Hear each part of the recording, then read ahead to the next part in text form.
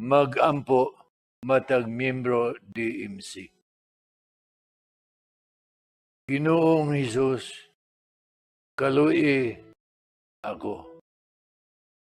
Igasa kanako ang balaang katumanan niining manghangyo ko. Iusa ang akong utok sa imong utok aron mapalawom ang akong pagsabot sa imong mga ginatudlo. Ilambigit ang akong kasing-kasing sa imong kasing-kasing aron mahubad sa buhat ang Diyos nung sugo sa pagigugma sa isigataw. Ilabi na gayod ang mga alaot. Lamdagi ako, unsa kayawan ong kadautan ang mga sala aron magmahinulsulon ako o pasaluon mo ako. Palihog, pagsilbi nga akong abyan sa pagsangyaw sa imong ginatudlo aron mapapanday ang katilingbang Kristohanon nga nagsinabtanay, nagbinatiay, nagbinuligay. Ginoong Hesus, sudo nga ang tibuok kong pagkatao, ang tibuok kong kinabuhi, aron luwason mo ako sa akong mga kasaypanan. O pasilawa ang imong larawan dinha sa akong kaugalingon. Amen.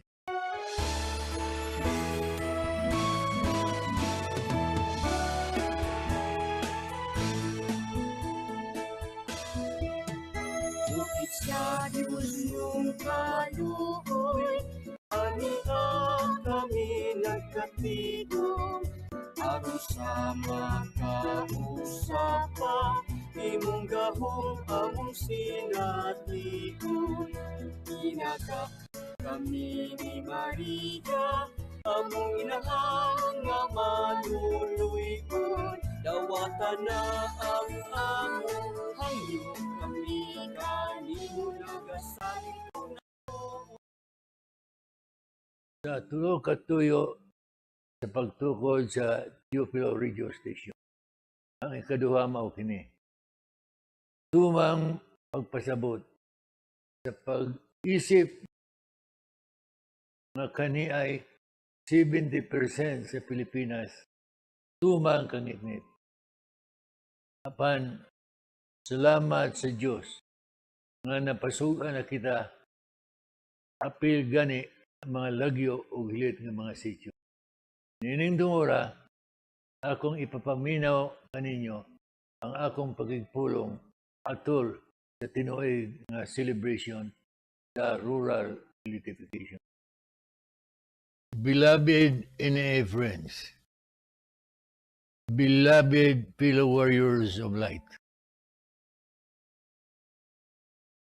almost 20 years ago, on 9/11/2001, the date when Muslim suicide terrorists commanded U.S. planes to crash down the Twin Towers in New York. I took my oath as NA administrator before President Gloria Macapagal Arroyo on the understanding that I would serve for only 4 months. But God's will, the few months became 9 years. Firstly, as administrator for 2 years, eventually as presidential advisor for 7 years, with authority over NA and the 119 electric cooperatives. On the same date, I dialogue with all the employees of NA. In the past 2 years, during the pandemic, I was requested to deliver a tape-recorded speech during the annual Pilrica NAGMIC Convention and NA Week. But to my surprise, our new NA officer in charge, Sonia Sanjigo, insisted to deliver my talk live, perhaps to confirm that at age 86, I am still alive and kicking to all the employees who work with me and to the new ones who have never seen me. Allow me to remember the past by sharing a number of memories.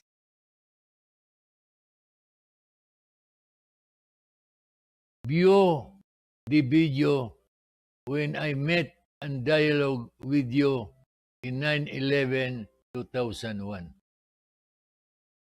Two things.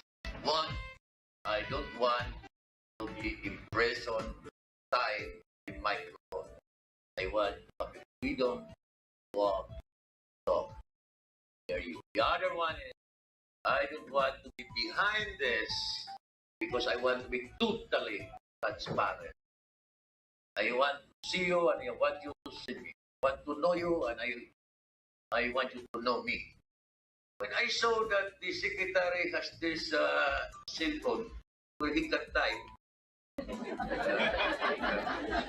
because he was typing in my presence, I put as magnet. Okay. So that whenever we would be, we can issue memo. Memo granting benefits.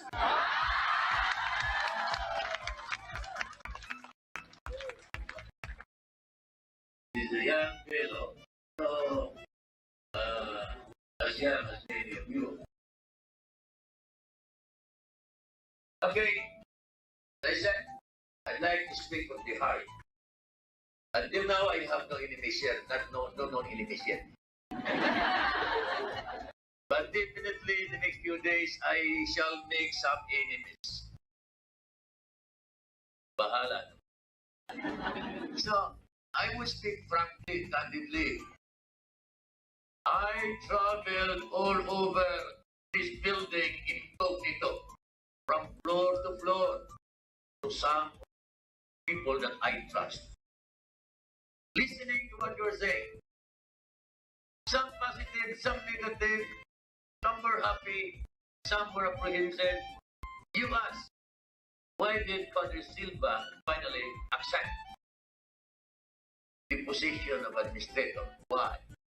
I am a reluctant candidate for the position of administrator. And so, you ask me why. There are two reasons. And the one is very clear. Number one, when the president of this country, in crisis, calls any citizen to serve, and she's very serious about it, I think every citizen must accept the call to service. Number two, all these 21 years that have been connected with the program, NA has been very helpful. I want to pay tribute to NA. Why? Because we could not have done what we had done and are doing all these years without the support of NA.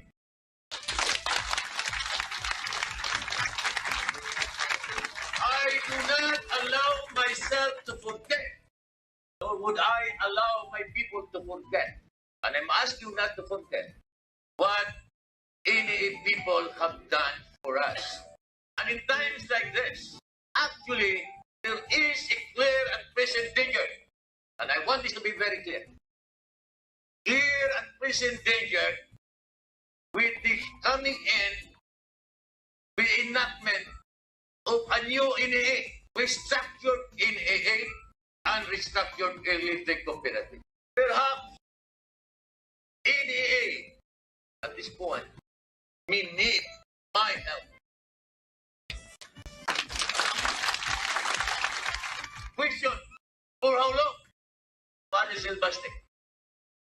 Good question. Okay, for 100 days. For 100 days? Or for 1,000 days? Or for 100 years? Depending on two factors. Number one, upon the pleasure of the President and the Energy Secretary. Number two, upon your pleasure. Well, it took me so long to accept. Once I accept a challenge, I want it done to the very end. So, for practical reasons, disabuse your minds. As long as I am the acting administrator, then I am your boss. And you know what is my concept of a boss?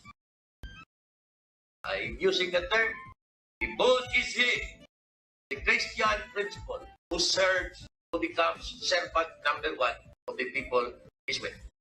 So I am now applying as servant number one of everyone. And I mean that with the bottom of my heart.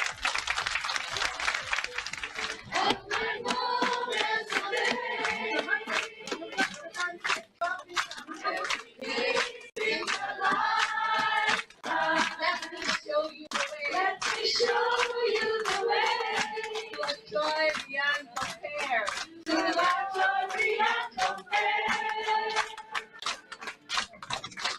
Soon after, I initiated the daily RQIM for all to listen, react. R means reflection. Q, questions. I, information. M, memo. Major purpose, to align the minds, hearts, and hands of all of us. Exactly 30 days later, we inaugurated a big auditorium where we held an interactive dialogue for 2 hours every Monday morning. We named the place HISA. H, honesty. E, efficiency. S, solidarity. A, auditorium. Happy part of the agenda were the bandings like every department presents alternately, weekly, a song and dance number. We organize 17 associations. I met with each group once a month, conversing, listening, consulting. I enforce the implementation of the equal treatment principle, regardless of ranks, thereby validating that every human being God created according to His image.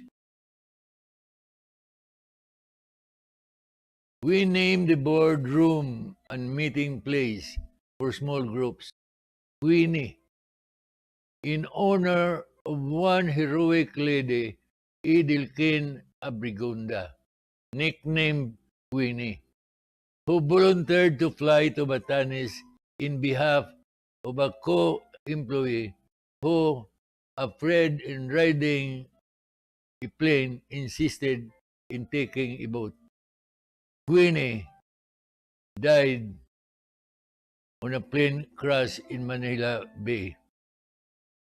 Few minutes after it started to fly. In my second meeting with the Board of Administrators, I was asked to implement a board resolution passed by them 2 years ago, terminating the general manager of Aklan Electric Cooperative, who managed the co-op as if he were the owner. A number of attempts by NA to take over failed due to the fact that he had 28 armed guns. In my first attempt, immediate, he was ousted. 2 reasons. 1, my best friend, former NPA Supremo Romulo Quintanar, provided for me 200 armed NPAs walking around there in slippers. 2, my other best friend, PNP Chief Leandro Mendoza, empowered me to use force if necessary. By order of President Gloria Macapagal Arroyo, in response to the constant request of the mayors of Lanao Sur, ordered me to take over Lasurico from the families of General Lau and turn the management to Napocor. Despite the threat of bloodshed, the order complied with. The Bishop of Basilan, a fellow Cebuano, phoned me informing that 3 Abu Sayyaf members wished to see me. Purpose, to order Basilco to energize their mountain barangays. 14 years already. Barangay where the Abu Sayyaf headquarters were located. And so it came to pass that I met the 3 Abu Sayyafs in the bishop's residence. To their surprise, I said, accompany me to your boss. The response, it takes hours to walk up and reach our place. But I insisted. Their boss was very happy when I told him that within a month, their barangay will be energized. To prove his gratitude, the Abu Sayyaf boss and myself, riding together on a horseback, returned to the bishop's residence. Evident proof of my love for my fellow workers of light at NA.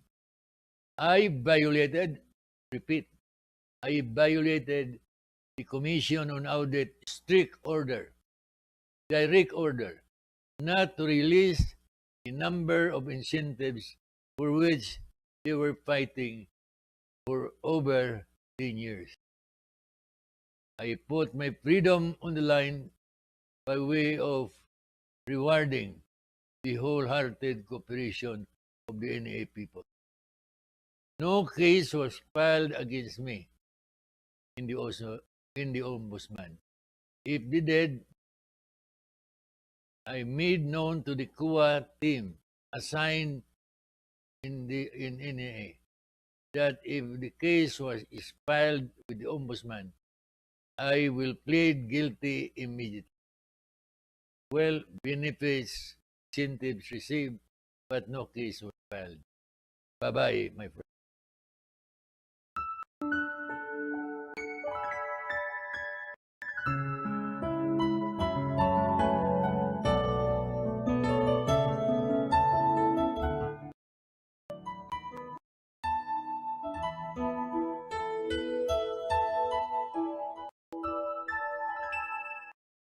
Ang gumamo kanako Dios way paglubad bisan pa sa kung kahuyang o kalapasan. Ang adlaw padayon nga misidlak, ang hangin kanunay kong gihangga. 5 kabalaang ritual nga nagapayo o pila ka libo. Ritual 1. Balaang pag-atubangay, tali kanimo ug sa divine mercy. Sabat. Ginoong Hesus, hugot ang akong pagtuo nga ikaw ang Diyos sa kaluoy. Gawion ko ang pagtuo nga taming sa panaw sa kinabuhi. Tubag ni Jesus. Ako nakaila kanimo. Sayon ako kung kinsa ikaw sa diha pa sa tiyan si mong inahan, hangtod karon. Gipili ko ikaw nga mahimong membro DMC o agakon ko ikaw latas sa katuigan. Ritual 2. Kapito kinhawaa si Hesus. Uban sa hilom nga pag-ingon. Hesus, sulod sa akong kasing-kasing. Og sa kapito pod nga pagbuhi sa ginhawa, inginli si Satanas. 1, 2, 3, 4, 5, 6, 7. Tubag ni Jesus. Sa pagkakaroon, batia ang akong presensya. Sulod sa imong kasing-kasing. Sama nga nasulod na ikaw sa ako pod nga kasing-kasing. Ritual 3. Sudunga sa mga mata sa pagtuo nga tanang mga miyembro DMC nakigkupot sa tanang mga kabos. Sabat.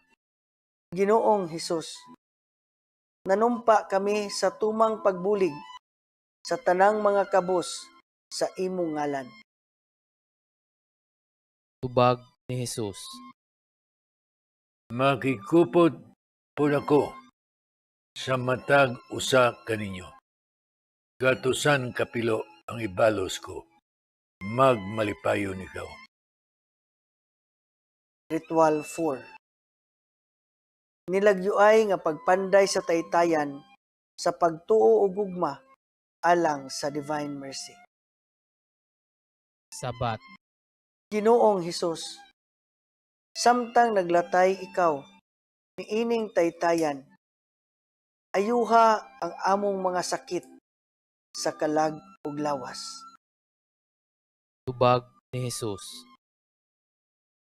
Samtang naglakaw latay ako sa balang taytayan. Akong ipabaha ang akong dugo sa tumang paglimpyo sa lanlaing kakulangan ninyo. Dugo kini na akong giula sa Kalbaryo aron pagluwas sa matag usa kaninyo. Dugo kini sa gugma. Ritual 5. Vaccine, divine mercy kontra coronavirus. Sabat. Ginoong Hesus, sukad sa pagkaylap sa coronavirus sa December 2019 hangtod karon, among gihulagway ang virus usa ka gaba. Kay ang salapi mauna ang gipakadiyos. Gaba nga nakapatay na og pipila na ka milyon. Nakapaguba sa kalibutanong ekonomiya. Pipila ka milyon nga nawad-an og trabahon. Ang mga kabos ni samot pagkaalaot. Kami naghinulsol. Pasaylua kami. Tubag ni Jesus. Isip Diyos sa kaluoy, gipasaylo ko kamo. Pag matuod sa akong kaluoy,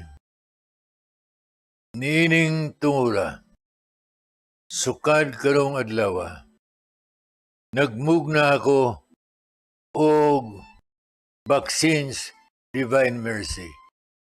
Repeat, vaccines, divine mercy. Vaccines kini sa gugma o pagtuo. Nga sa pag-injeksyon ini sa tuo ug walang bukton, pinagi sa mampuon nga pamalandong, makasagang o makaayo sa gaba coronavirus. Amen. Nining tungura, pinaagi sa mga mata sa pagtuo gugma. Sudungon ta si Jesus nga naa sa atong atubangan. Ug uban ni Brother Julius, mag-pre-over kita.